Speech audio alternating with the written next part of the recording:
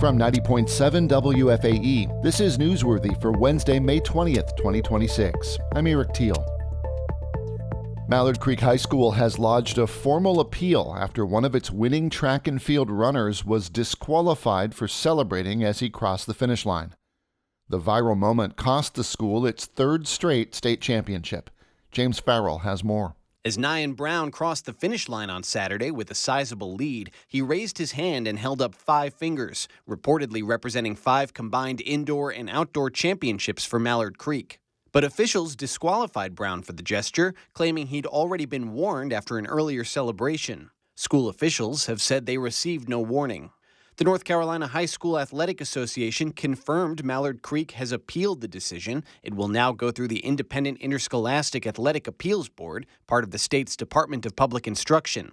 In a statement on Instagram, Brown said he was disappointed, but added he hopes it, quote, creates an opportunity for a larger conversation within track and field about allowing young athletes to celebrate major accomplishments. James Farrell, WFAE News. The Mecklenburg County Sheriff's Office announced Tuesday that it will reopen its second detention center due to overcrowding. Julian Berger reports. The Sheriff's Office says Jail North, off Statesville Road, will reopen in early August. The facility has been closed since 2022. It used to be the county's juvenile jail. Officials say more than 2,000 people are currently being held at the Uptown Detention Center, with close to 300 sleeping in overflow areas. The Sheriff's Office also says about 60 people already sentenced to state prison are still awaiting transfer in county custody. The agency plans to hire about 50 detention officers before reopening Jail North. Julian Berger, WFAE News. Mooresville Mayor Chris Carney indicated he might step down in the coming months after a 2024 incident in which he was recorded with no pants late at night in the town hall with a female companion. On Monday, Carney said he'll consider his future after the town's budget passes.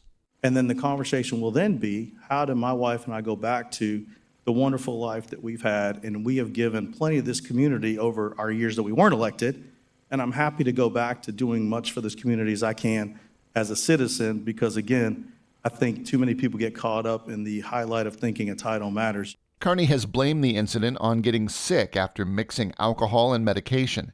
He has refused to resign despite a vote of no confidence from the Board of Commissioners, national media attention, and lawsuits from Mooresville employees saying they were fired for resisting a cover-up. The town is appealing a ruling that it must release security video of Carney without his pants. Mooresville Commissioner Dana Tucker said if Carney doesn't resign, his colleagues might hold a special hearing for members of the public to tell the mayor what they think. We can say, what do you really feel? And is there this welling of support, or is there not? That's one option. I don't know, as we say what's best for the town, that's best for the town. Tucker said that would give them the chance to see if the mayor's assertion that he has the public's backing is true. NASCAR has announced its 2027 Hall of Fame class featuring 3 new inductees. Former NASCAR Cup Series champion Kevin Harvick and 2-time Coca-Cola 600 winner Jeff Burton were selected from the modern era ballot. 5-time NASCAR Weekly Series champion Larry Phillips was selected from the Pioneer ballot. During the announcement, Harvick said he was grateful for the opportunity to build a long career in NASCAR.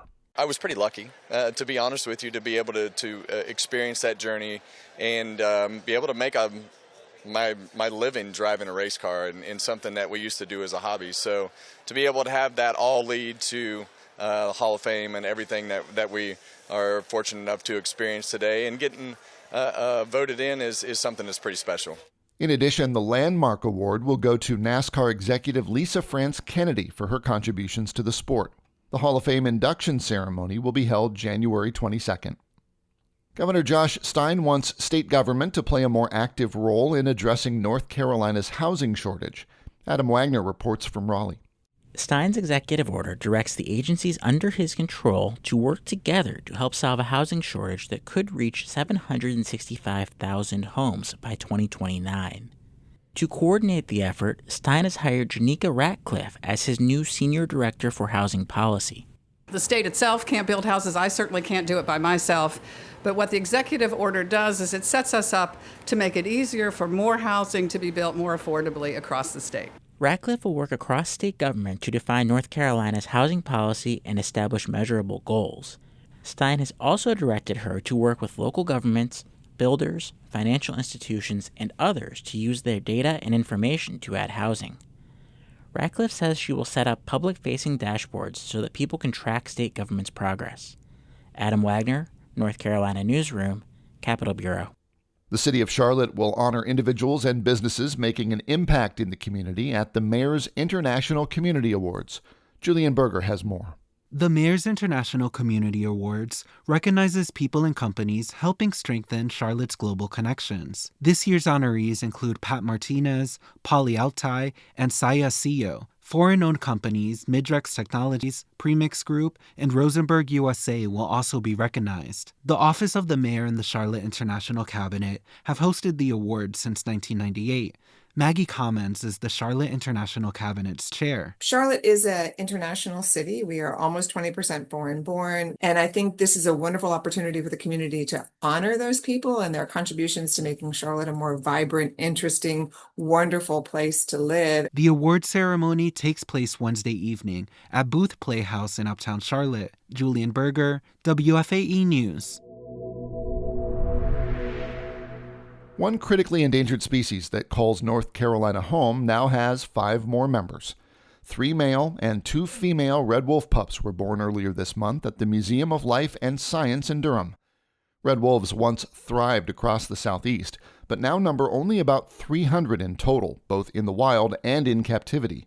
One part of eastern North Carolina is the only confirmed place where the wolves live in the wild. Katarina Ramos is the Red Wolf Education and Outreach Coordinator with the North Carolina Wildlife Federation. She spoke with our Marshall Terry. The birth of 5 new pups in a community that numbers only about 300 seems like a pretty big deal. Just how important is it? It's very important. Any growth in the population that we can get is always going to be a positive thing. The more pups that we get, the more that we can do in the wild, and the more that we can support our safe population that exists at zoos and aquariums. 5 pups died 2 years ago, right? What were the circumstances there? So the 5 pups that we're talking about were born to a wild red wolf mother and a safe population male. And that safe population male got hit by a car, and the wild mom, as a first-time mom, just ended up abandoning the pups. Is this a bit of a bounce back from that tragedy? Absolutely. We're talking about pups that were born at the Durham Life and Science Museum, which are our safe population wolves. That's the population that is the backbone to red wolf genetics. In the wild, I mean, we've definitely bounced back. We had 20 pups born in the 2024-2025 breeding season, and Fish and Wildlife Service hasn't announced this year, but I can only hope that it's just as amazing. So we're definitely seeing a bounce back. What do red wolves look like compared to, say, a coyote, which I imagine many people have probably seen before? Actually, that's one of the issues that red wolves have, is that it can be a little hard for people to tell the difference between a red wolf and a coyote. They do have pretty similar faraway glances of how they look, but red wolves are generally bigger, being anywhere between 45 to 85 pounds. Coyotes are really maxing out their weight at 35 pounds, and red wolves have much longer legs. Red wolves have really big feet. Red wolves have a broader face. And I imagine maybe the obvious red wolves are red, or I don't think coyotes are red, are they? They can be a wide range of colors. They can be completely black with a white chest, or they can be really, really strawberry blonde and everything in between. Red wolves once thrived here. How many are actually left in the wild, and what happened? So there is a known population of 26 wolves in the wild, and I say known because that's the population that we're able to track. The biggest struggle for them was that we have a lot of human-based mortality events. We have gunshot mortalities and we have vehicle mortalities, but we also have a lot of development. So we break up these large pieces of habitat that they normally thrive in and put it into smaller pieces. So that's why it's so important that we're continuing to work on habitat connectivity and work on the understanding of what it is to live with wild animals. Where exactly in eastern North Carolina are they found in the wild, and why is that the only place? In eastern North Carolina, the red wolves are found in a 5-county area of Beaufort, Dare, Hyde, Terrell, and Washington counties. So that's about 1.7 million acres. It's only this specific place because this is where we first reintroduced red wolves back in 1987. It was the most ideal location based off a number of factors. The biggest one being that there's a lot of habitat out here and there's not a lot of people. The other thing is that there is a lot of land that is owned by the federal government and by the state that is managed for wildlife and habitat. So they just haven't been able to expand, and we haven't added new populations across the United States. However, there is a recovery plan in place that states that they do want to add additional release locations for red wolves. You cannot recover a species without a lot of collaboration and understanding from everyone involved, not just the Fish and Wildlife Service or NGOs, but also with the public. It's very heavy on the education and the outreach and the understanding within the communities themselves. Okay, thanks for joining me today. Absolutely. Thank you. Katarina Ramos is the Red Wolf Education and Outreach Coordinator with the North Carolina Wildlife Federation. Today is MacDec Day, May 20th being the day the Mecklenburg Declaration of Independence is said to have been announced back in 1775. And as our tradition here at WFAE, we're sharing a reading of the actual declaration. A caveat now, that original, the one supposedly read on the steps of the courthouse in Uptown, was reportedly lost in a fire in the year 1800. The version we have available dates from a published report from 1819 in the Raleigh Register. As for the reading, since the original was crafted by, quote, representatives of Charlottetown and the surrounding areas, this year we once again bestow the honor to current Mecklenburg County Commission Chair Mark Jarrell. The Mecklenburg Declaration of Independence, Charlotte, North Carolina, May 20th, 1775. 1.